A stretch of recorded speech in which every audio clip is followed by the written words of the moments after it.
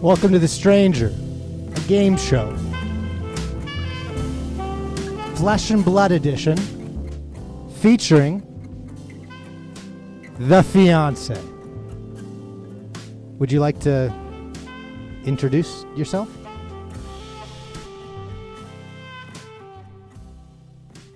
Hello. I am Ethan's fiance, Jane, and I am thrilled to be a guest on his game show today.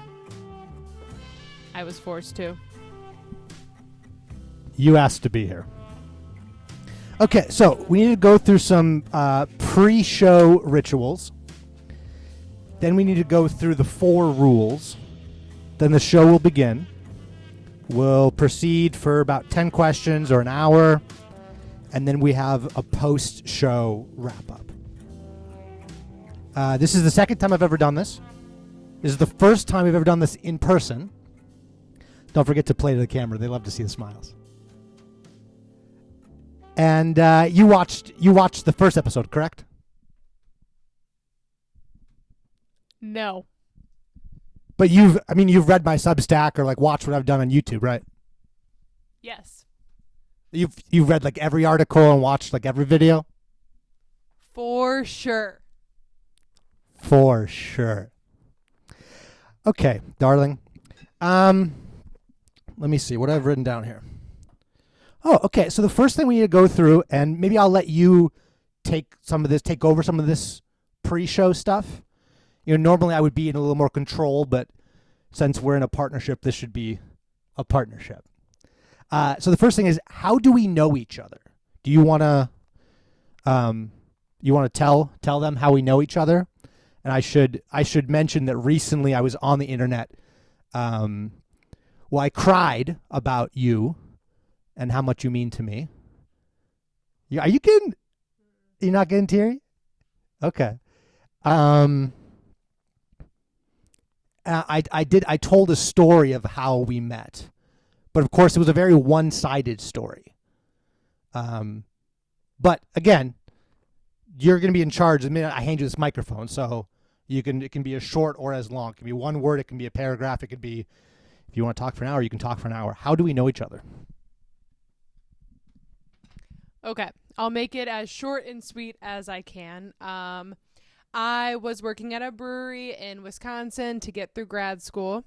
I was waitressing, became shift leader, and I can't remember if I was shift leader when Ethan came along. Oh, I was going to grad school for occupational therapy. And anyway, Ethan and I were friends for roughly, I would say, 6 to 8 months. I don't think I had really any concept of time. And I can't remember if I challenged Ethan or Ethan challenged me, but a little background, I am very, very competitive. Did not show in this competition. And so I challenged him / he challenged me to either sober September or something of no drinking for a month, to which I failed. I think halfway through the month, I'm not really sure. I was on the beach in Milwaukee with some friends, had a few drinks, built up the courage to tell Ethan that I was mildly in love with him, which was very true. It was not the alcohol talking. And here we are now, engaged. I think we got engaged a year and a half after we started dating. Not really sure. But when I met him, or as we hung out and everything, it was like I had known him for a very long time. So they say when you know, you know. And that's all. And I love him. I love you too. Do you know? Yes. There are times where I'm not really sure, but yes, I know. Do you know the Muffin Man? The Muffin Man? Who lives on Drury Lane? Well, she's married to the Muffin Man. Okay, so the next thing we need to go over. So I have written here, explain TLC. However, I want to rephrase that a little bit because, I mean, obviously we are living here together in Anchorage, Alaska, And so you are aware of what I've been doing on the internet. You know some of the names of people who I've met and befriended. And one of the things that Paul Vanderklay recently asked me earlier this week was, what does Jane think of all of this? So explain TLC. What do you think of all of this? You want me to explain what TLC is? I dropped a card. Can I touch it? You want me to explain what TLC is or my understanding of it? Yeah, whatever.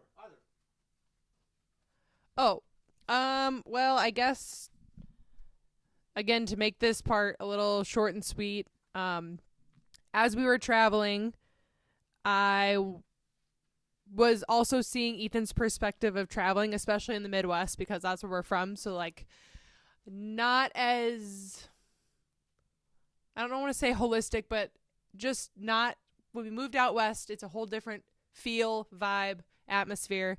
And, you know, I was thinking, I go to work, I interact with people all day long, and that's great and everything, but Ethan wasn't getting that experience. And I said it today at work, I think social interaction is very, very important.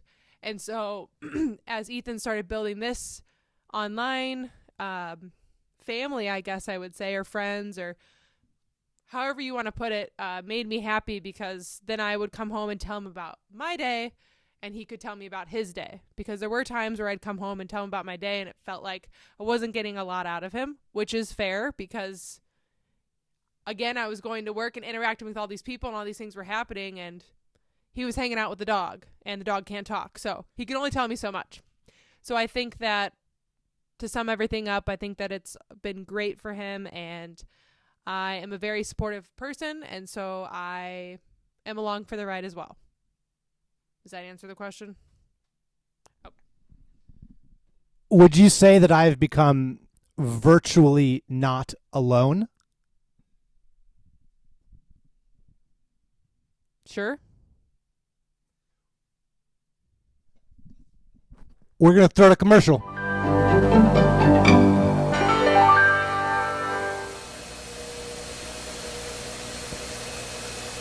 Funding for this program was made possible by annual financial support from viewers like you.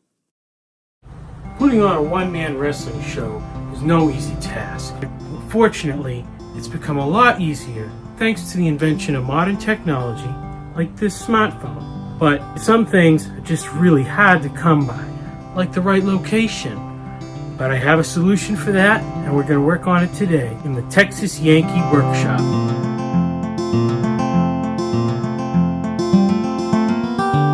Hi, I'm the Michael Sartori. You can call me Nom for short. And I'm just a Yankee living down here in Texas, trying to make things work with a little bit of Yankee ingenuity. And today, we're going to be building a portable green screen that we can use to shoot various backdrops for our wrestling program. Now, before we use any power tools, let's talk about shop safety.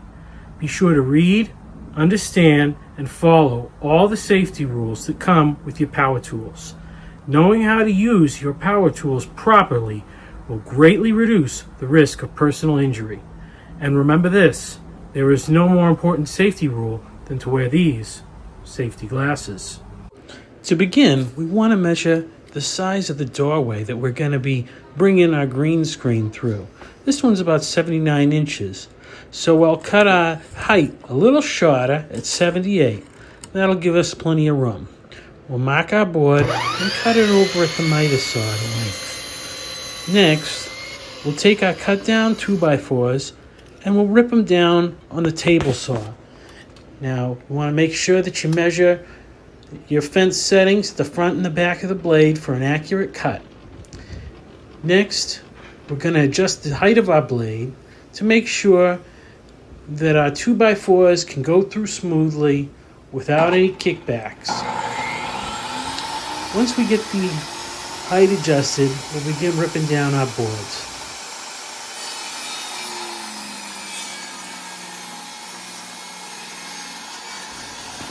Now you want to make sure that you keep your hands far away from the blade as possible. It's alright if you want to do this in 2 passes, you don't have to get your hands too close. Start ripping the board down from one side. Turn your saw off before flipping it over, and then you can finish the cut on the other side of the board.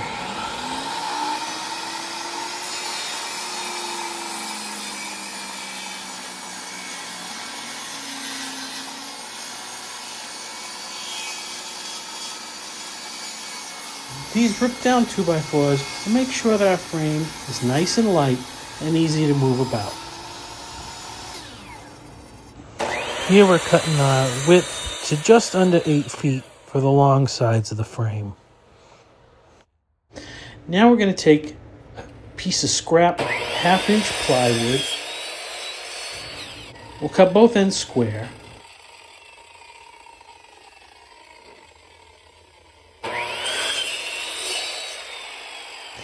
Then we're going to change the angle of the blade to 45 degrees.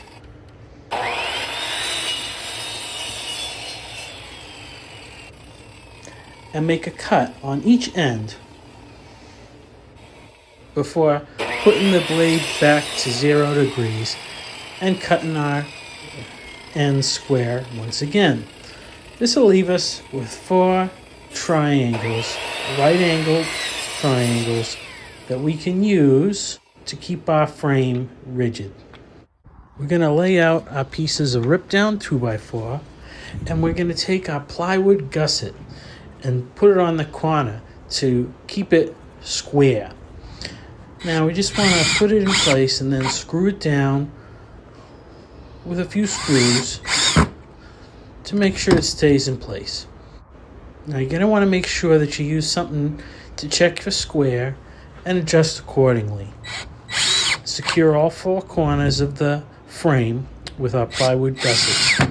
Then we can drive some longer screws in from the side. Now here you can see we've secured the end of our sheet between these 2 pieces ripped down from 2x4s and screwed them together to hold them tight. Now this blue color is good enough to use as a backdrop. We can change it, but for the best result, we're going to take it a step further. We're just going to get a quart of paint from down at the home center and paint our screen a nice bright green that's easy for the camera to pick up. So you see here, with just a little bit of Yankee ingenuity and some scrap material we had laying around the house, we were able to make a beautiful backdrop that we can transform into almost any setting we can imagine. I hope you enjoyed learning about how to build a green screen today in the Texas Yankee Workshop. It was certainly a learning experience for myself, and I'm glad to see what we can do with this new bit of technology. Thanks for watching. We'll see you again next time.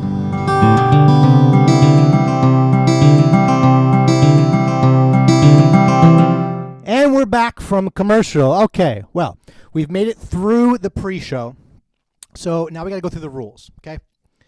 Rule number 1, only submit to the question. So don't submit to me. Push back on anything. You are going to be the one that determines the meaning of the question, right? These questions on this board here, they didn't come from me. They came from strangers on the internet. So I won't be able to tell you what the question means. So some of these are weird. Some of these I would not want to choose, to be honest, which is part of the fun. But, however, I take full responsibility for whatever happens during this game show. This is my game show. Hold me to account. The host, who you'll meet shortly, the host might ask some follow-up questions. Follow-up questions aren't mandatory. So when one of these questions is chosen, you need to submit to this question, but the follow-up questions, you can just be like, no, that's not, forget about it. Does that feel fair? Rule 1. Yeah. Okay, rule 2. adopt the role of the stranger. So that means like you and I very quickly here will become estranged. I don't know you, you don't know me. We don't know you, you don't know we. That's rule 2. Can you? Okay. Rule number 3, share your frames. How do you see the world? So I'm going to hand you this microphone, and this is different for everyone. The first stranger that we had here on the game show, the stranger talked about some philosophical positions that were really important to them. The stranger talked about an author that has really shaped the way they see the world.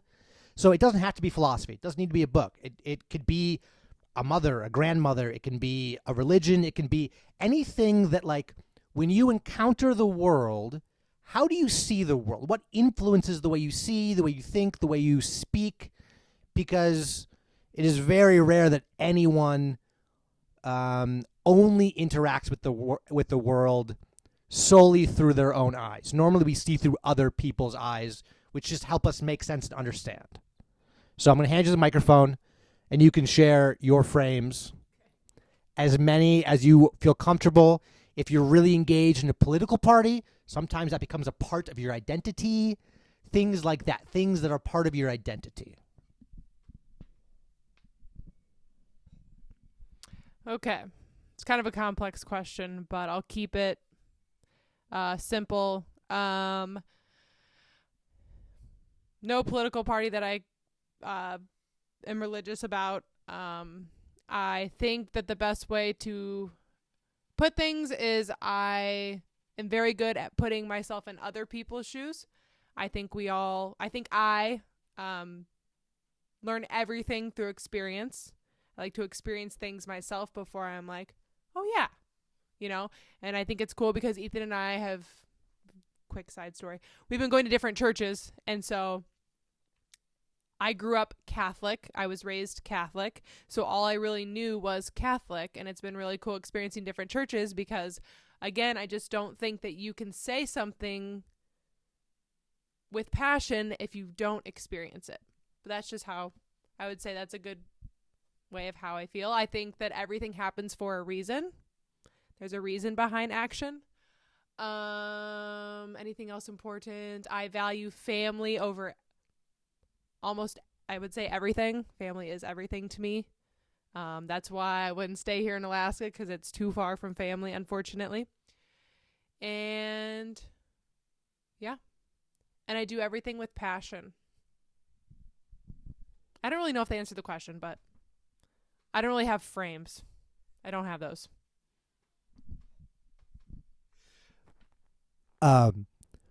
Why do you do everything with passion? What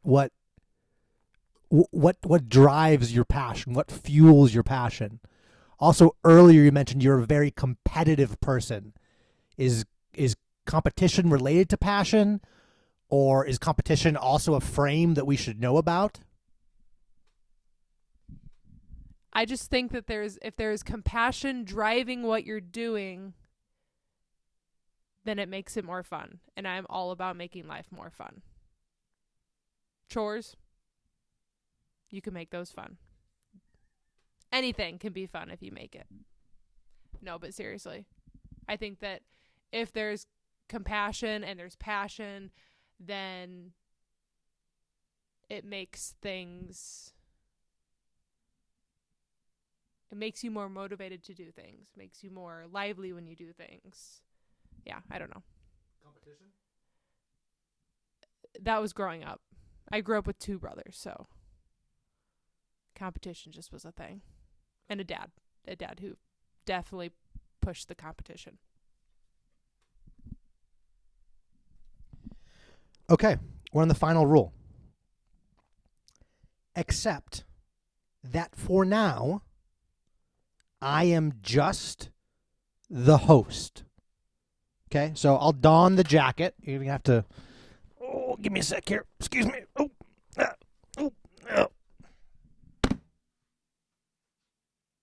How old is your character?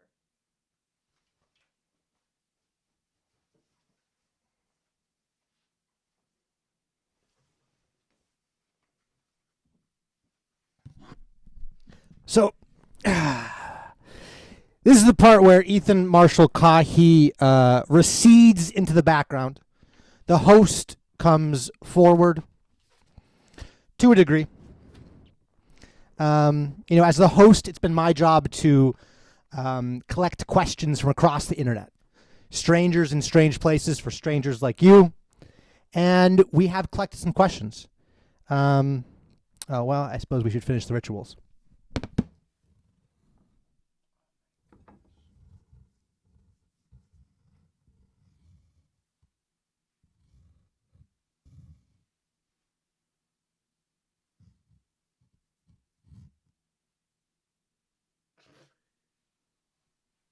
You missed a spot. No, that way. Yeah. Keep rubbing it. It's good.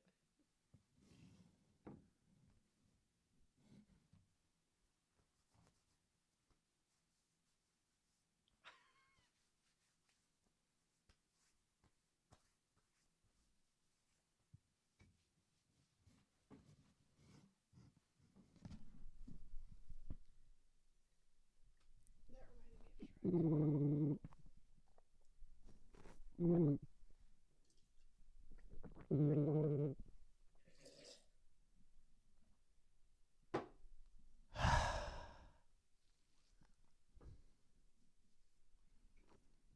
I choose to leave now? Let's play. So, if you know it, say it with me. You are the picker. I am the plucker. Together, we tucker out. So, you will point at a card. Please do not touch the cards. That will ruin everything. I will pluck the card. I will ask you the question, and we will grow tired together. Are you ready? Yep. All right, pick the first card.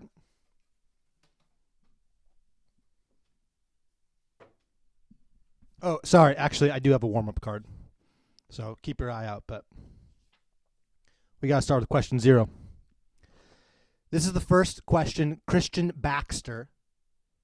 You remember what state Christian Baxter lives in?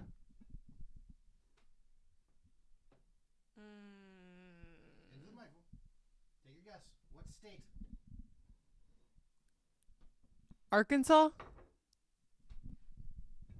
Maybe. This is the first question Christian Baxter asked me during my rando. Check out his YouTube channel at Christian Baxter. His podcast is called Yours Truly. Stranger, tell us about the home you grew up in.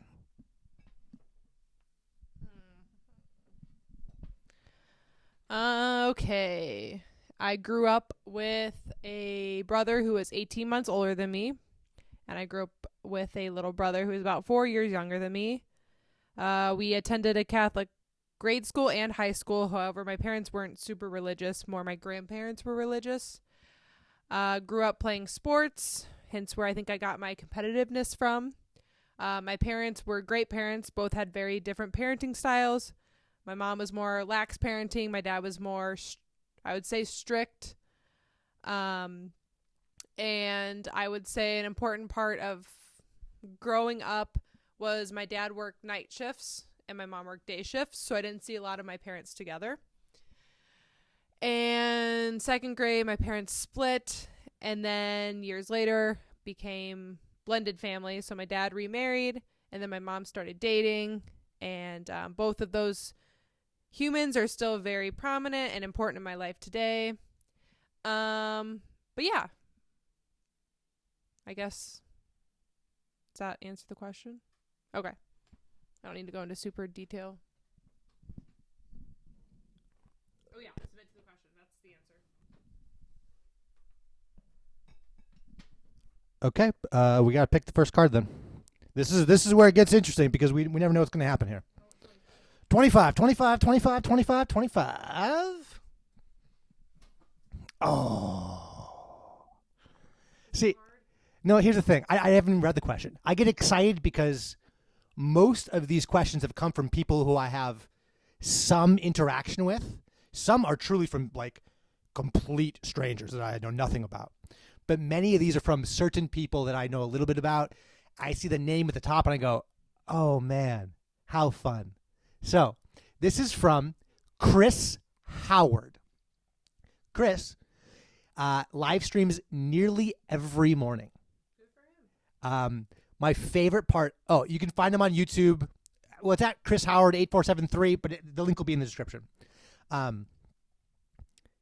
Often what he'll do on his he'll talk to himself for a while, which is great. He's a great self-talker. I don't think I could self-talk not nearly as well as Chris can. And then he'll go to his like YouTube history and he'll like scroll through what he's watched recently and then talk through the video he watched and what he liked. And you're just like, it's like a portal into Chris Howard's brain. And I really like spending time in Chris Howard's brain. Yeah, but it's too early in the morning because when I'm up at 4:15, he's finished his stream like 30 or 40 minutes ago. So maybe one morning I'm going to get up at like 3 a.m. just so I can like say hi to Chris. But okay, here's Chris Howard's question. How has your name shaped your life?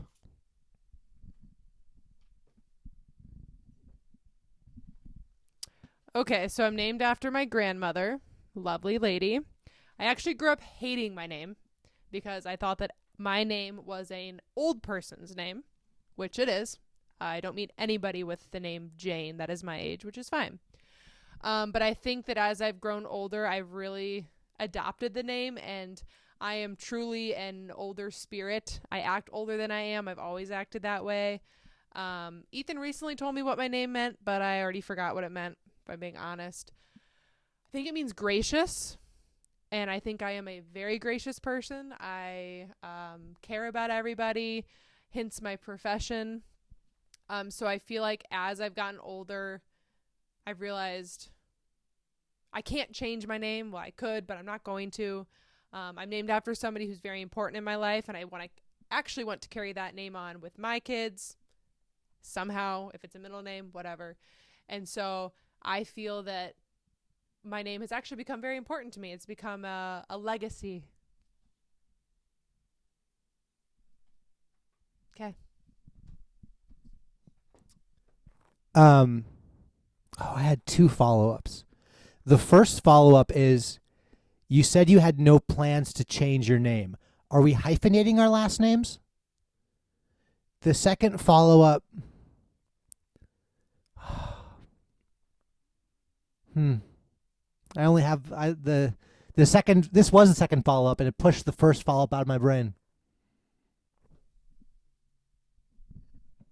No hyphenating. I don't actually love my last name. I haven't grown to like that one, but that's okay. So I'll take yours. When we're finished here, I'll let Ethan know. He'll appreciate that. Okay, well, question 2. Point away, pick away. Is there a number 11? There's a 41 that looks like an 11. There's a 21 and a 12. Well, no, I didn't skip. Un momento. Well, these are from episode 1. Well, I'm just going to look to see if it's here.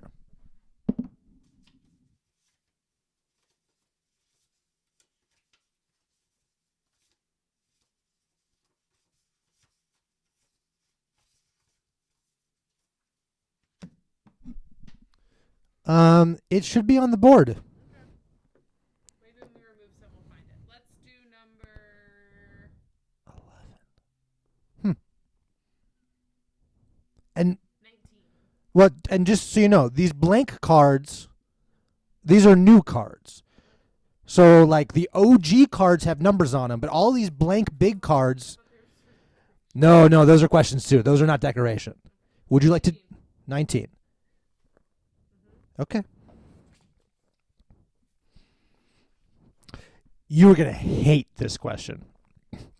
This is from Al_Ohm on, I don't know why I wrote Reddit. It's Discord.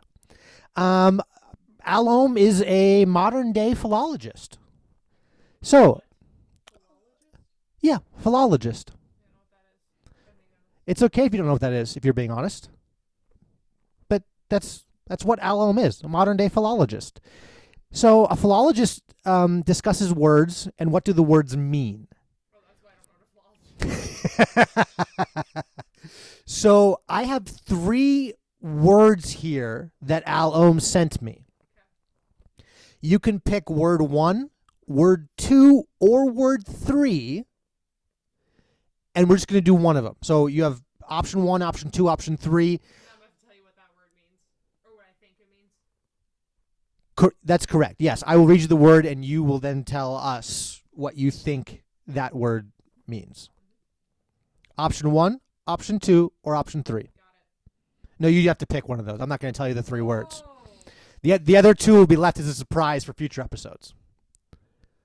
Gonna go with number 3. Option 3. She's going to go with option 3. We're doing Shrek references, huh? Okay, so question 3. Faith. What do you think the word faith means? After you take as much time as you need. There's no rush here. We like dead air here, okay? Take as much time as you need, and then I'll read what Al Ohm sent as the. Oh, there's an actual meaning there? Like you have the meaning behind faith on that card? I have what Al Ohm sent me as an answer to faith. So I'm going to hand you the microphone.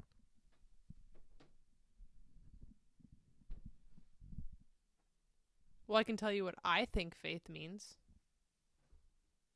Great. Faith means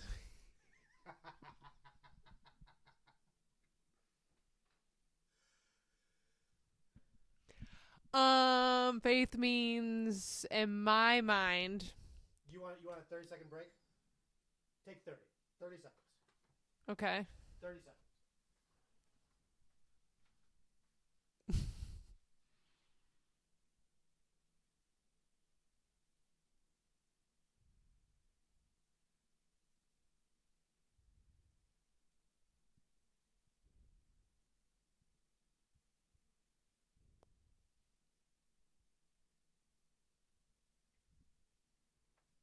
Is it still recording?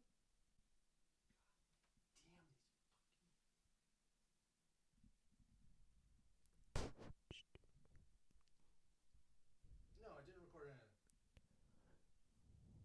Wait, seriously? Seriously, it stopped about 1 second after I pressed it. We can redo it. I don't know why it stopped. Oh, dang, I wish we could at least watch it.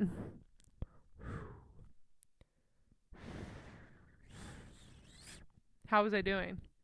You're great. It was awesome. That's why I'm frustrated it wasn't there. But is that thing in front of you still running?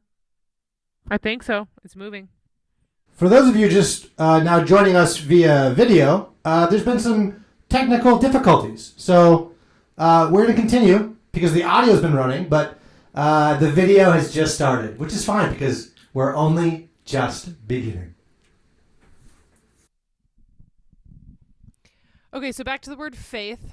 I keep trying to think of what faith means to me, and I just keep thinking of a bunch of different words. So I guess a few words that relate or kind of bring the meaning of faith is to have enough trust and love and confidence in a certain person, place, or thing, whether it's faith in your church, whether it's faith in your family. So I guess I don't really have an exact definition, but I also am horrible with definitions, and I'm not great with words, so I can never be a philosopher. How do you say it? Okay. Philologist. You? I was trying to say philosopher. Oh, you're trying to say philosopher. Combining the 2 words. Well, I mean, yeah. I said philosopher. Okay, so are you ready for the answer? Yeah, it's going to be very more complex than my words. In Latin, it's closer to trust than belief and related to fate. I had one of those words. I'd say you did a damn good job, Jane. Do I get extra credit? Extra credit? You think there's any credit at all? Okay, well, we're 2 questions down. Pick the next question. Okay, we're going to go off the grid here. We're not going to have any numbers. Okay. Let's do this one, because 1 and 2 and 2 and 1 touch it. Okay. Question 3. Look at the cards. I get excited when I pull these cards. And I got this one today. Earlier today, I got this one. Earlier today. From Griswold Grimm, synchrony harmonicist, also known as the General of the first LARP ingression protocol. Check out his live streams at YouTube, Grim Grizz. Link in description. Question. What is sacred to you?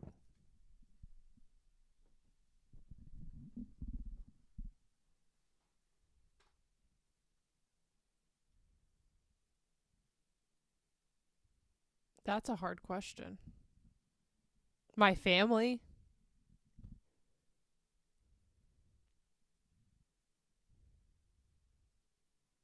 Can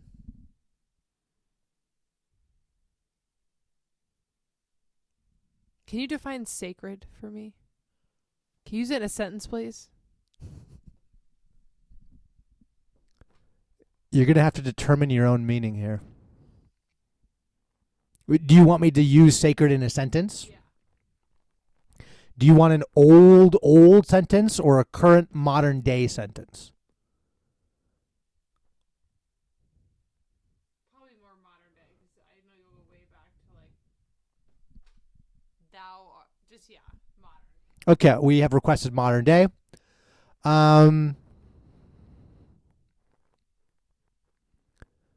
What is sacred to human beings always reveals itself in how they behave, regardless of what they might tell you is sacred to them.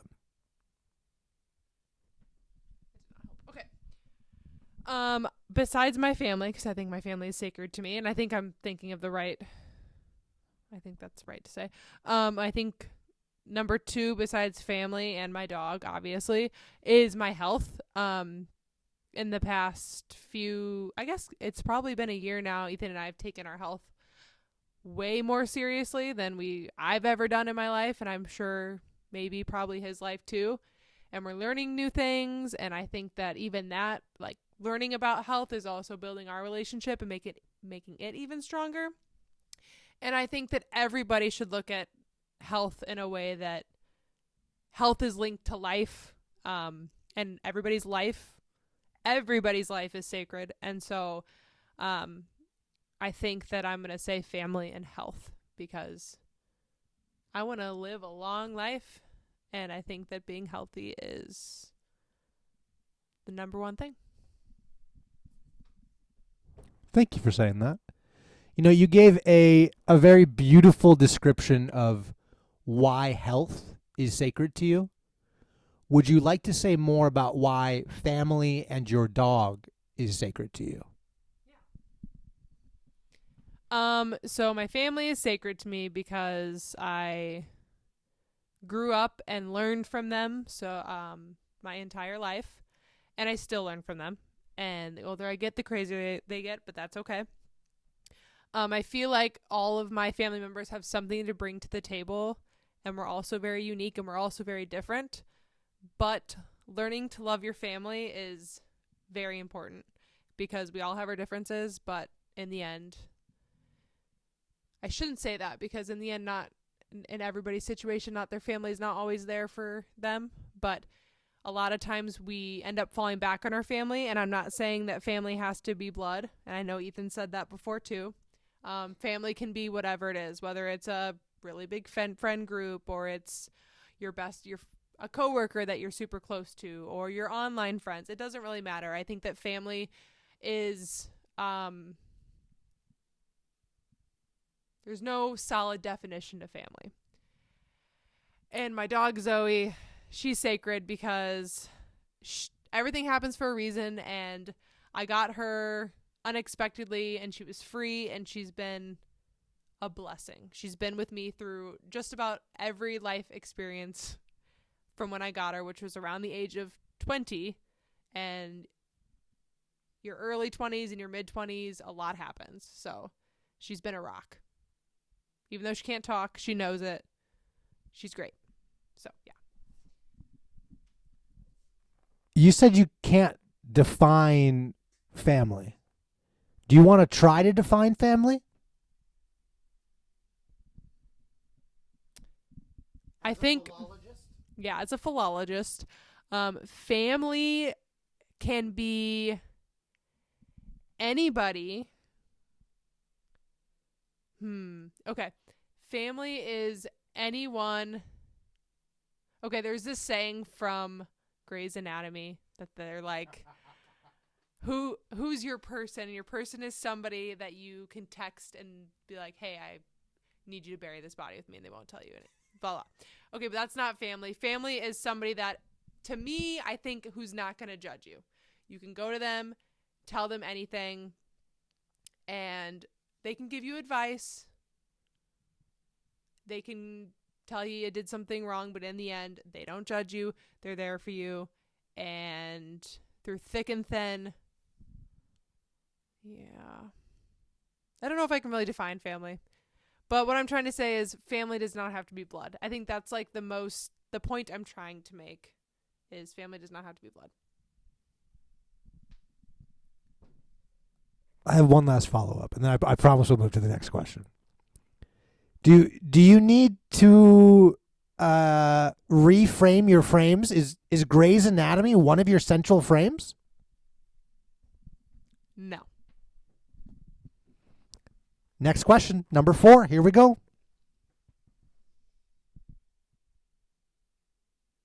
Is snowman? I don't know what that is. Sure, yeah, snowman. You got it. What is that? I don't know what this is.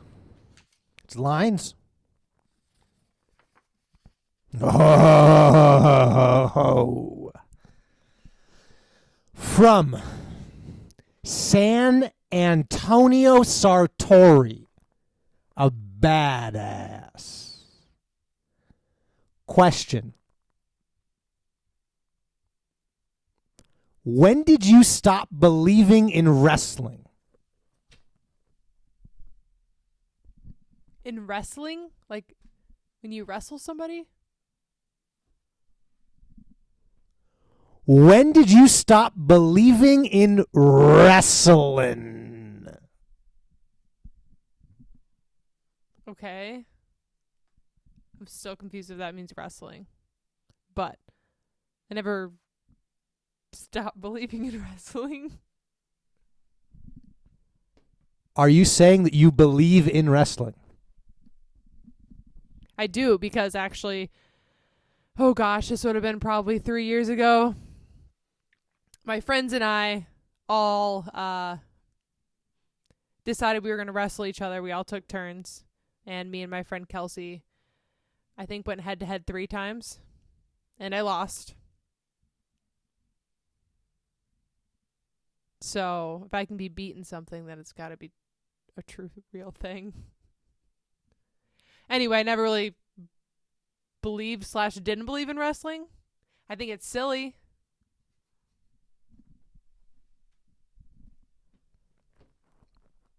So you believe in it. You believe in it because you can lose in it. It's silly. You don't believe or not believe in it. Wonderful. Next question, please. 27 has been chosen. Ooh, this is... Oh.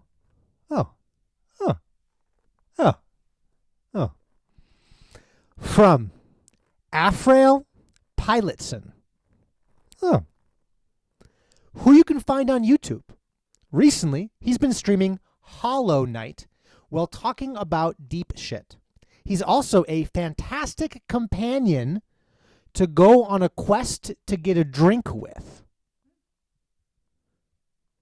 which I have done. Oh, I'm trying to remember.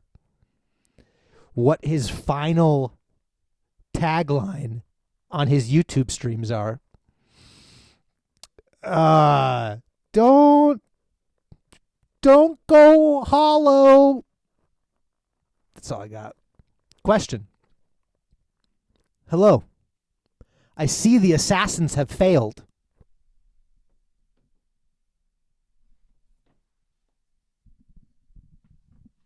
They sure have. That's all I have to say. No comment. If assassins show up at your door, will you wrestle them? Absolutely. I'm competitive.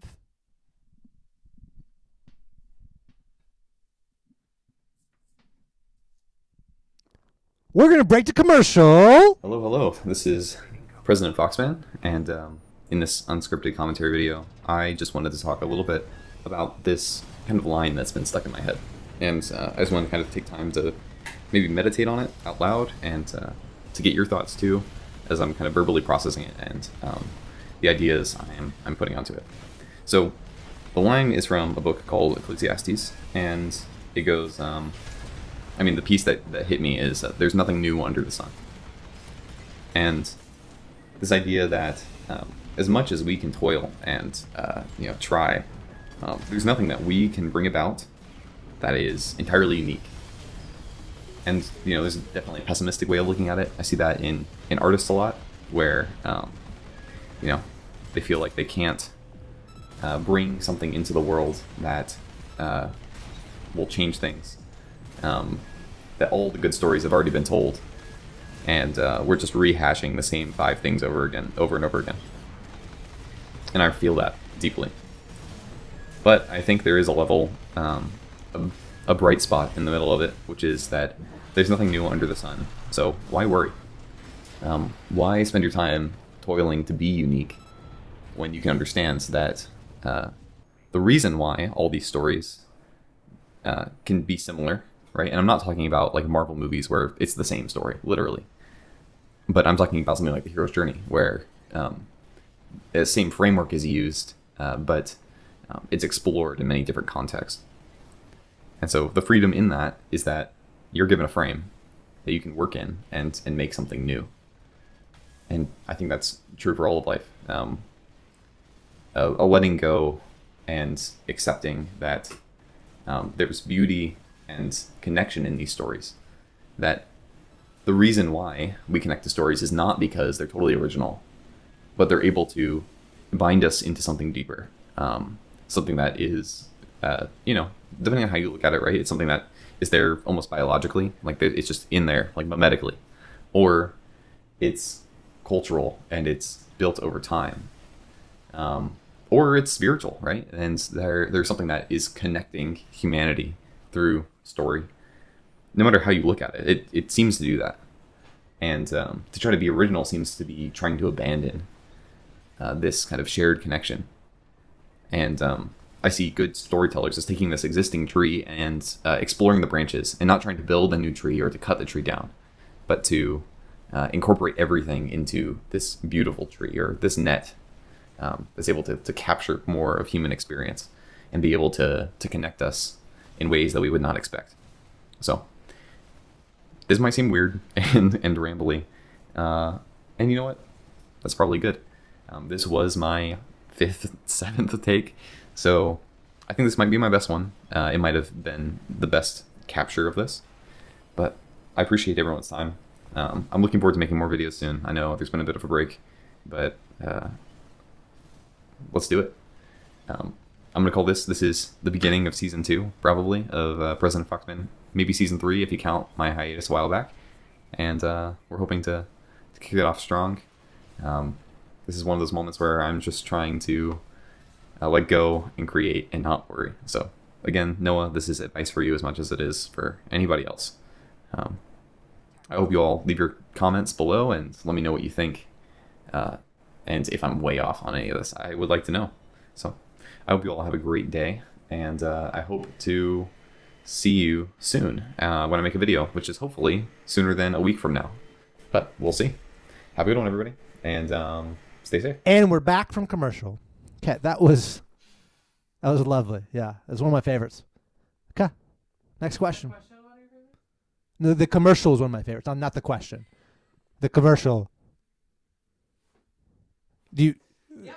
Okay. Would you like to explain why you're laughing?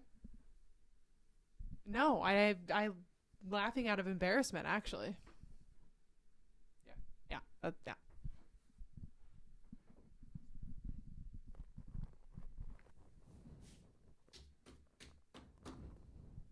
questions do we have to do, or are we doing?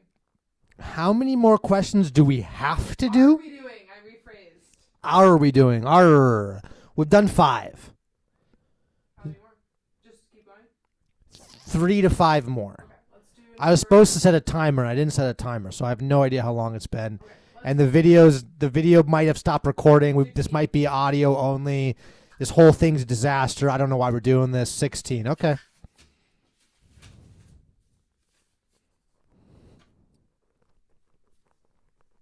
This is a good one. There's a theme here. There's a theme happening. I can't quite explain it, but there's a theme here. From Chad the Girl Dad. Check out his YouTube, The Friday Morning Nameless. Question. What do you think the definition of combinatorial explosion is? I'm gonna repeat what I said. What do you think the definition of combinatorial explosion is?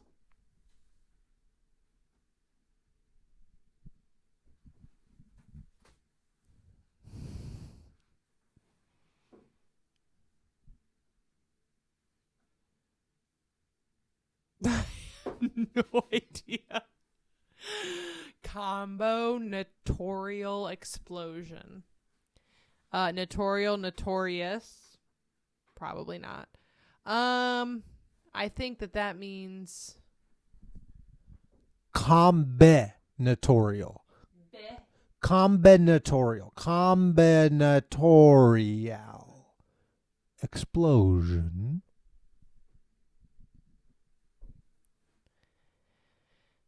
I think it means that Chad the Girl Dad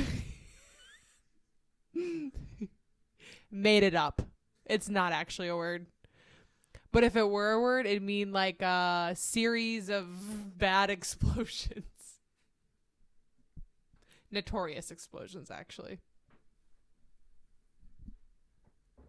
Are you making the claim live on the internet that Chad the Girl Dad is the kind of person who makes things up? Now you're just putting words into my mouth. I think that you threw a trick question in there, maybe. I don't know. But again, I'm not a philanthropist or whatever it's called, so I have no idea what combinatorial explosion means. Could I cause a combinatorial explosion? Probably, because I almost set our house on fire like 3 nights ago trying to make popcorn. So I created a combinatorial explosion. But what is the actual definition? Let me guess. There isn't one written on the card. You guessed correct. Also, you definitely created a combinatorial explosion in me. I thought you were the host. Next question. I'm going to go with this wonky 35. Okay, we're going to go with the wonky 35. Is that actually number 35? It could be. It could be a 35, yeah. I don't know. Another long one. Oh. Yeah. Okay. This is from Michael Sartori. Very cool. No. The first question was from San Antonio Sartori, a straight badass. This is from Michael Sartori, a very cool dude. I keep hearing about the size of Michael Sartori's forearms, but I'd rather talk about the size of his book, Tense Before Temples. I think it's 800 pages. I think he wrote 800 pages, and I think they're all worth reading. Also, he has a fantastic YouTube channel, which will be linked in the description. Question. Do you think there's any significance to the fact that Jesus was a carpenter?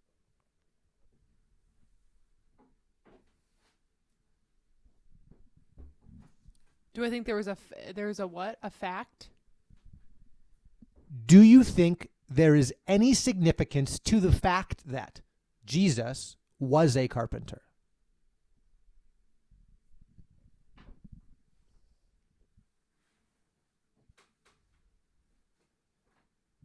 Well, as I say, everything happens for a reason, so there has to be some type of significance there. Carpenters make things out of nothing, right? Or they can? No, they're good with their. I don't know. That's a hard question. No comment.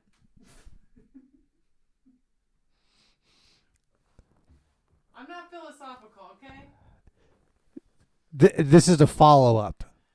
Follow-ups aren't mandatory. What does a carpenter do? They sing on top of the world. I actually really don't know what a carpenter does.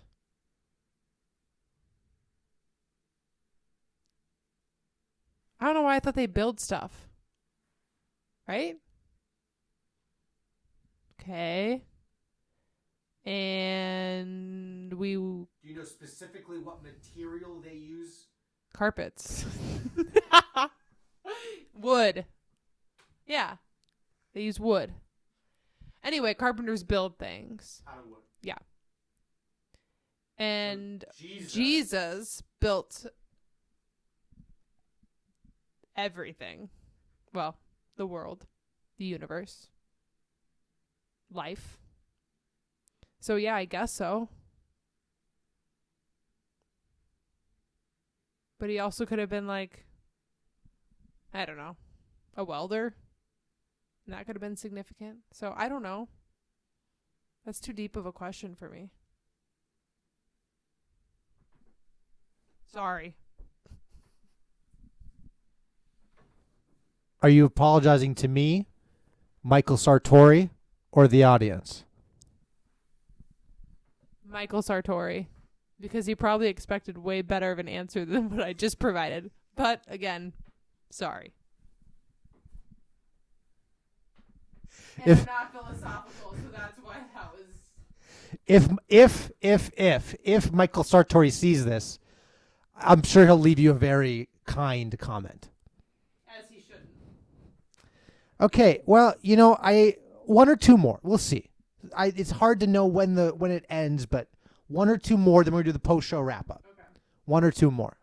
So, you pick, I pluck, together we tuck her out. Actually, I felt I should do it right. You were the picker. I am the plucker. Together, we tuck her out. Okay. 12. This one. Mm-hmm. Okay. Wow.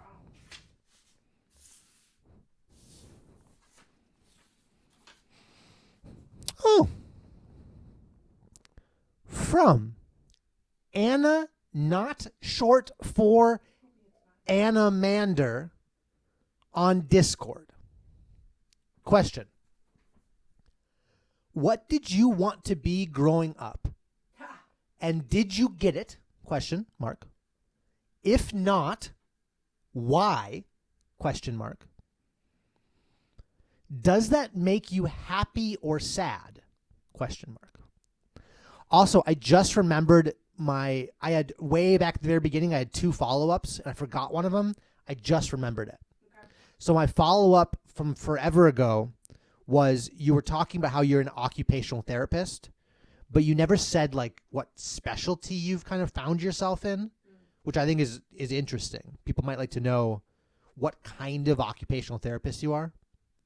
So I don't know if you want to end with what, I'll say it at the end. or if you want to start with that. But the question is, my follow-up, what kind of occupational therapist are you? And then what did you want to be growing up, and did you get it? If not, why? does that make you happy or sad? Okay, so if I would have answered this as my kindergarten self, I would have said that I wanted to work at Arby's. I wrote that down.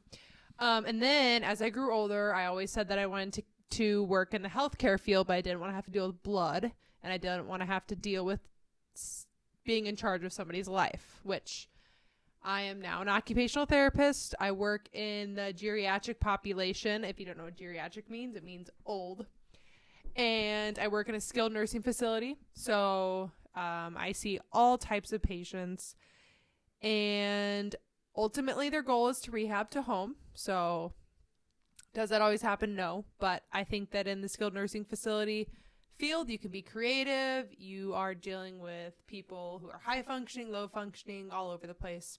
So am I upset I didn't become an Arby's worker? No, I don't think so. And so I guess I fulfilled, yes, what I wanted to be. I guess I didn't really know what occupational therapy was when I was a kid / growing up, but I am very happy with where I am. I look forward to going to work.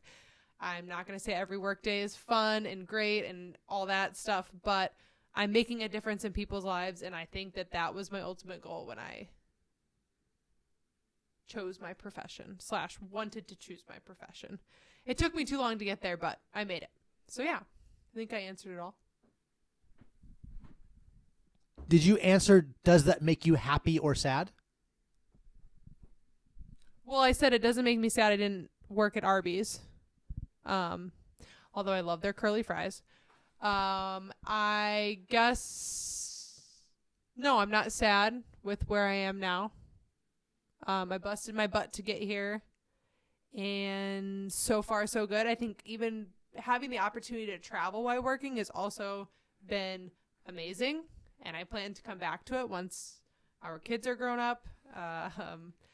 But yeah, I think that I'm very happy with where I've ended up. And I don't really take care of people's lives, but I help shape them.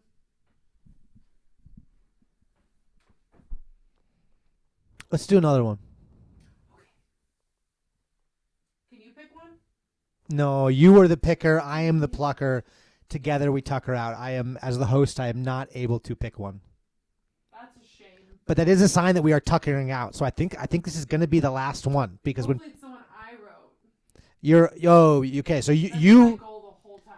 yeah. If the audio doesn't pick that up, you know that one of these cards you wrote, and you're trying to pick the card that you wrote, but you have no idea if it's numbered or if it's not numbered. You don't know if you're part of the OG numbered crew or if you're I'm part of the OG number. Oh, you think you're part of the OG numbered crew? You think that that I immediately wrote your question down and that I didn't forget about it and come back to it later? You're confident. Okay, well, then yeah, that explains why you've been mainly picking the numbered ones, looking for your question. I'm going to go with 20. You 29. No, 20. Is it going to be 20 or 29? Where I'm seeing some indecision 20. here. You think you were the 20th question that I collected? Yes, I want to pick 20. Okay, she wants to pick 20. 20 is picked. I truly don't know my question. I don't even know the answer. I think we have to do one more after this. Why? Because I might be able to answer it. From William Branch. Check out his Substack. Link in description. He's teaching me Hebrew. So when I first asked people for questions, I told them this game show is going to be like Jeopardy, which is a terrible reference point. So this is a Jeopardy style question, which means the answer, there is a specific answer, and it is written on this note card. Okay. How much does a shekel weigh? What's a shekel? You determine the meaning. I cannot tell you what a shekel is. Would you like the word shekel to be spelled out? S-H-E-K-E-L. How much does a shekel weigh? Hey, Siri.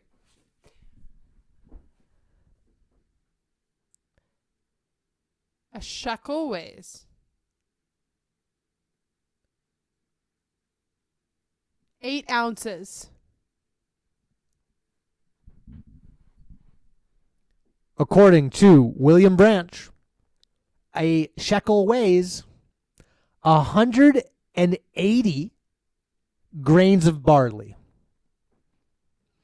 Would you like to respond to that answer?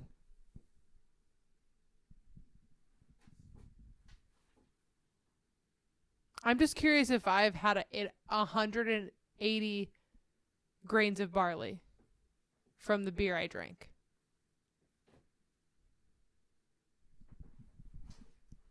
If you've ever had barley wine, I'm sure you've had 180 grains of barley. Next question. I think this will be the final one. This is gonna.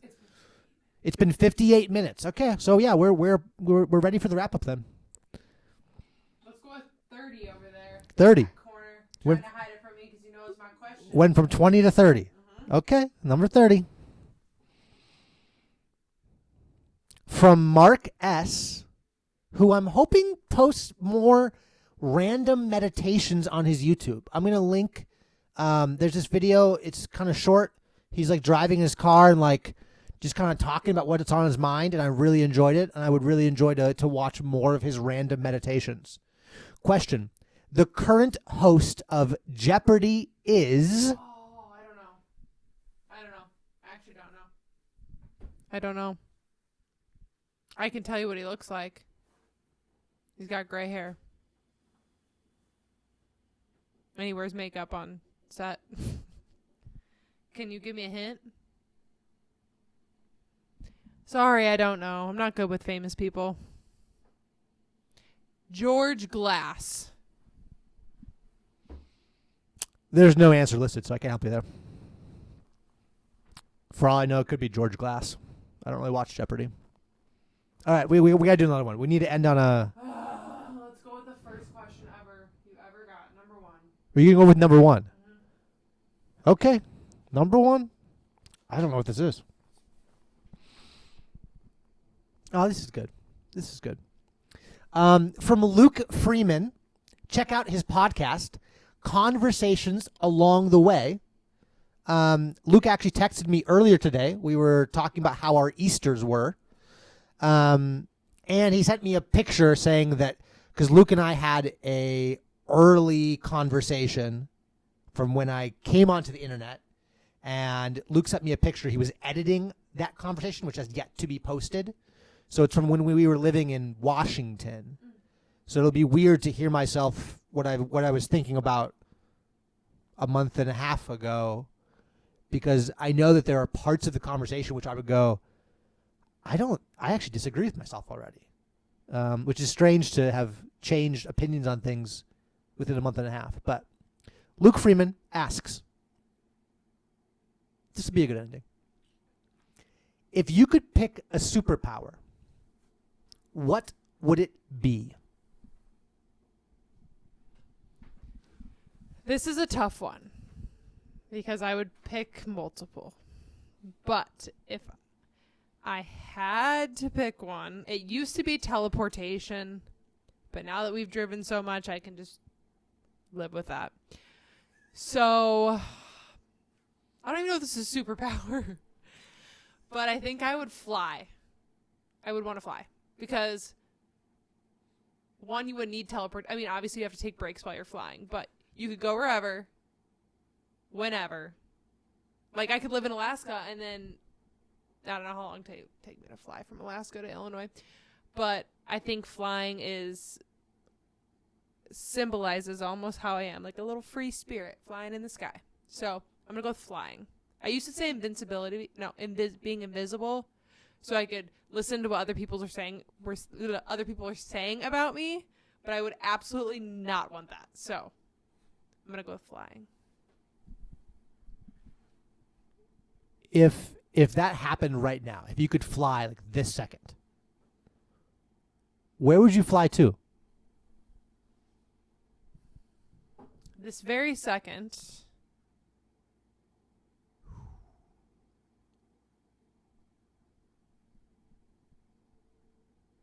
Australia.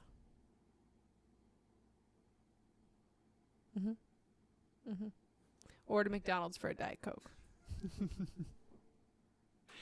I've always wanted to go to Australia, but just haven't had the opportunity. So I think Australia. Also, I'd always just fly back home and see my family. But yeah. Now there's a couple different ways flying can occur. So do you imagine that like you're gonna just walk out this door and like shoot up, or are you imagining that you're gonna have to flap your arms?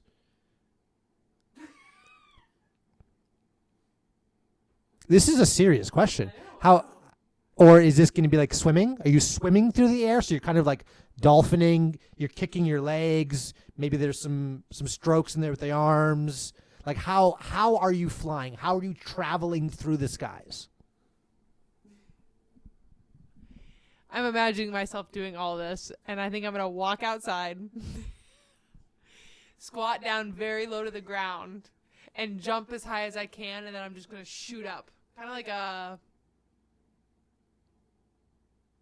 firework, but then like, and then I'll start really fast because I won't understand that it takes time and energy. So then I'll probably tire out by like the edge of Alaska and then have to rest. Or if I'm just going to McDonald's, I'll make it to McDonald's. Baby, you're a firework. Yep. I'm not singing on air. We tried, folks. We tried. Well, Right. Stranger, thank you for playing. I really do. I feel less estranged from you. I feel like we have gotten to know each other. I've learned things about you that I did not know. And some of those things were deep. Some of those things were silly. And that's really lovely. Okay, let's go to the post show. But before we do that, one more commercial break.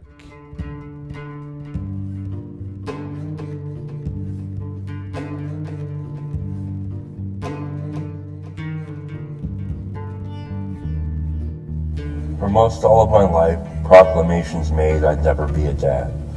Something about the ethics of things and the horrors of the land. Foolish whimpers from a boy nestled at the center of himself with loud Mountain Dew mouth and restless idle hands. Pseudo-activists feigning stoic, hardly silent, sitting static basking in the glow of evolving idols. TV screens graduating from Manchurian channel remotes into making better doors than windows. The institution of facts is the Bible of Bibles. Nightly news and sitcoms for all of youth, a PC in all of the classrooms. Into every pocket, did you exchange the gospel for ethics and profit for process, and mercy for cutting losses, moments for wristwatches, sovereignty for unity, a solvent? This land was made for you and me. Come off it. Now head of the House of Domicide, and in the kingdom of democracy, every voice is ignored and amplified equally. Come now, Chad, what's all of this? Enough with the negative trauma and slinging of nonsense. When will you repent and resolve this?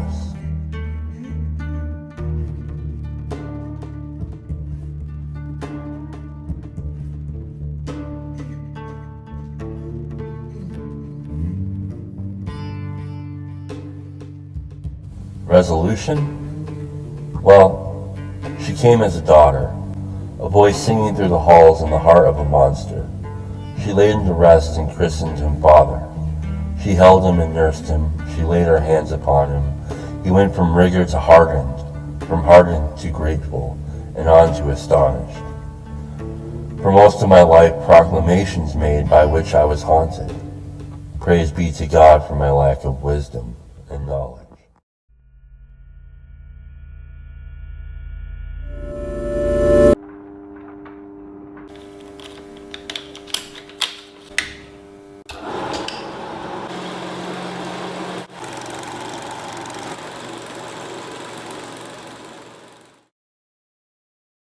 So I think we Christians today have to ask ourselves, how can we live in this world in such a way that when we are put to the test, We choose the Lord no matter what it costs us. He tells me, though, he's an artist, he's a Catholic, and he was praying that afternoon in his studio when the Holy Spirit told him to come hear the American talk tonight and to give him this particular engraving that the artist had made. And it was, I looked at it, it was a beautiful engraving of what looked like a medieval knight kneeling down in front of a sword and a stone, looking at a sun that had a cross in it, this symbol of God, with a snake coming out of his ear, trying to distract him with a human face to look down to the ground. It's Saint Galgano.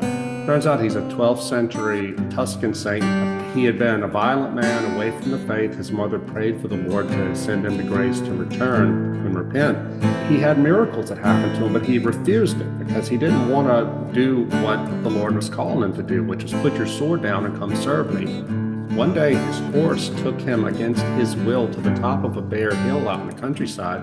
He had a vision of Jesus and the apostles, and an angel told him, put your sword down and serve the Lord. And Galgano was so stubborn, he said, it would be easier for me to put this sword and this stone right here than to do as you say. He brought the sword down on the rock and it goes in almost up to the hilt. He instantly converted. He lived there the rest of his life. He had not much longer to live, but he became a man of prayer. People would go and he would pray for them, they would be healed, etc. I started watching a movie. There was this famous scene at the end of a dream sequence where the writer is in this ruined church and he's looking at the ground, not up at the glories of God around him in the church. And you hear a voice say to Christ, Lord, please speak to him. He needs to hear you. And Jesus said, if I spoke to him, would he ever be able to hear me? She said, well, Lord, show yourself to him. He needs to see you. The Lord says, I show myself to him every day, but he can't see me. I said, man, that is me. That is totally me. When the movie was over, I looked to see where was that film. It was in the ruined Abbey Church of St. Galgano, the same saint in that thing that God had given me. When I've fallen into despair, I've been through a spiritually dry period in the desert, the Lord has shown me in a way that is so close to miraculous that he is there.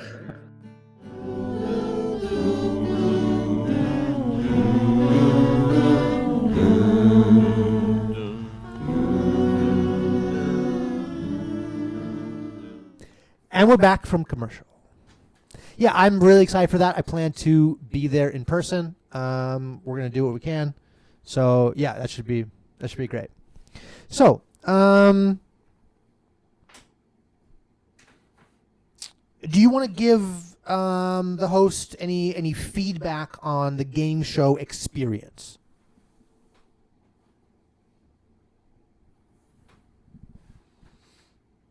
No, I think everything was great.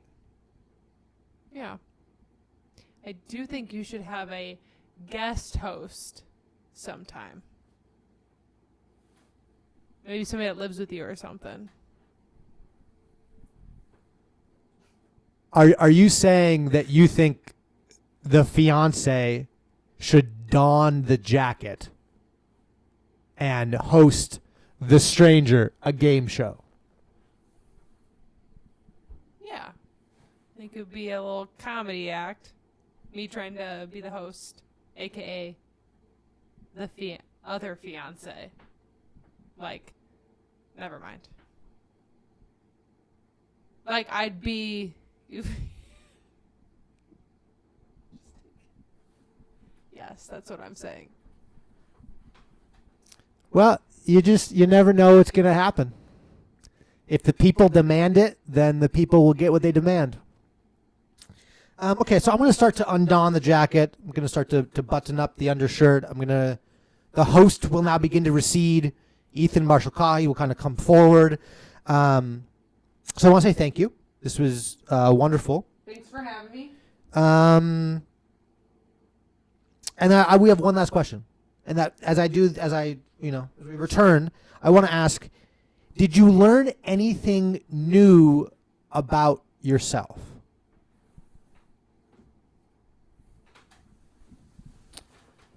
Did I learn anything new about myself? Not necessarily. I feel like I didn't really dig deep, though, so that's probably why. I feel like a lot of my answers as deep as they could have been. I don't know. I continue to learn that I'm bad with words, and I will never be a philosopher. Yeah, I won't be that. But no, I don't think I really learned anything about myself. I think I had the potential to learn more about myself, but some of the cards that I drew were more like literal questions. Besides, I kind of knew that I was starting to really like my name, but that was something that I haven't really ever talked about my name. So yeah. So it's like a maybe. It's like a half. Yeah, sure. You said that you didn't really get the opportunity to dig deep. Is there a question you want to return to now and dig deeper into? Because that's on the table. If you feel like now at this point in the game show, as in the post show, if you'd like to dig deeper into something, is there something you want to return to? I don't remember a lot of the questions that were asked, but I guess the one question I returned back to, which I guess was kind of a literal question, but I don't know, was what is faith? And this doesn't really have anything to do with that question, but I think that I am relearning what faith is as I grow older. I think that like once I reach the age of like 25, so many things have changed that I'm learning new things about myself, but I've also completely changed my lifestyle. So I feel like my view of faith and what I have faith in and what I believe in and what I have trust in has altered a little bit. And when I left faith, because I don't want to say I left faith because I didn't ever stop believing, but I will say that I kind of ghosted it a little bit. And so I think that I'm like going back to church and actively listening, because yeah, I've been to church many times, but how many times have I actively listened?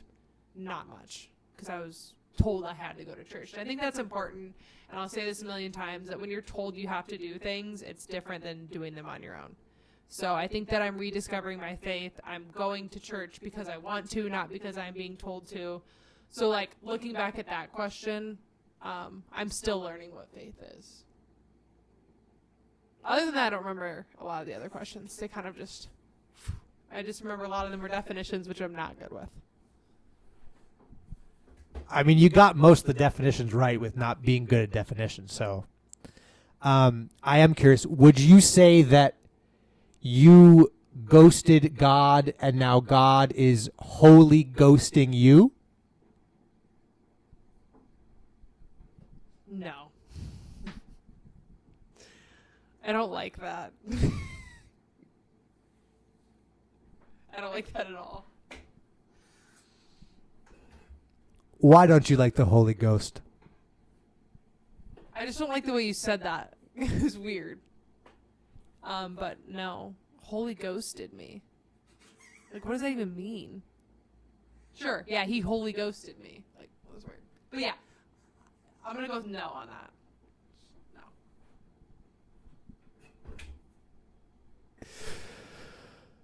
Is that it? We are no longer estranged. Jane, may our crosses path. Say it. May our crosses path. I am not saying it backwards. I am saying it forwards and correctly.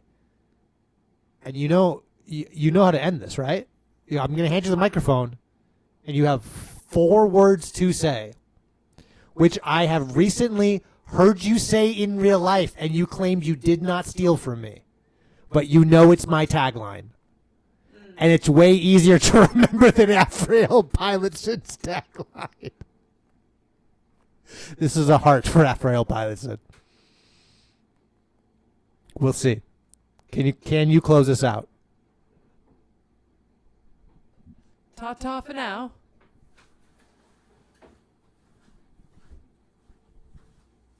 Wait, we gotta let Zoe have an appearance real quick. Zoe, come here. Come here. Oh, Oh gosh, she's getting old. She can barely get off the couch. Come here. Come here. You see her? So. You have to get up in your lap. Okay. Come here. Hold on, y'all. I'm gonna make this quick.